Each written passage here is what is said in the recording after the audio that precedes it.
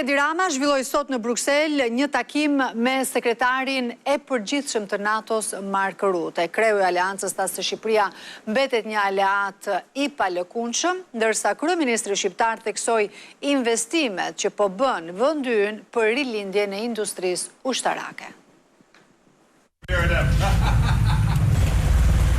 Kryeministri Rama u prit këtë të mërkurë në Bruksel nga sekretari i përgjithshëm i NATO-s Mark Rutte. Kreu i aleancës theksoi rolin që Shqipëria luan në NATO, duke e konsideruar një aleate të palëkundur. Shqipëria është një aleate palëkundur. Shqipëria do të mbërrijë 2% të shpenzimeve ushtarake këtë vit, që është një angazhim i madh. Shqipëria po zhvillon bazën e saj industriale, përfshi edhe përmes ndërmarrjeve të veta shtetërore, çka është e rëndësishme sepse na duhet një bazë më e fortë industriale në mbar NATO-n.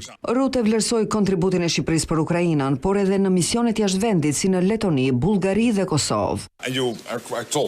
Në fakt ju jeni shumë i gjatë, megjithatë Shqipëria nuk është aleati më i madh i ynë dhe Shqipëria po bën shumë. Dua t'ju falenderoj shumë që jeni një aleat kaq i palëkundur. Ju e dini që NATO-ja mund të mbështetet tek Shqipëria dhe ju e dini gjithmonë që Shqipëria mund të mbështetet tek NATO. Edhe kryeministri Rama shprehu angazhimin për të rritur fuqinë ushtarake, duke përmendur investimet në industrinë e këtij sektori.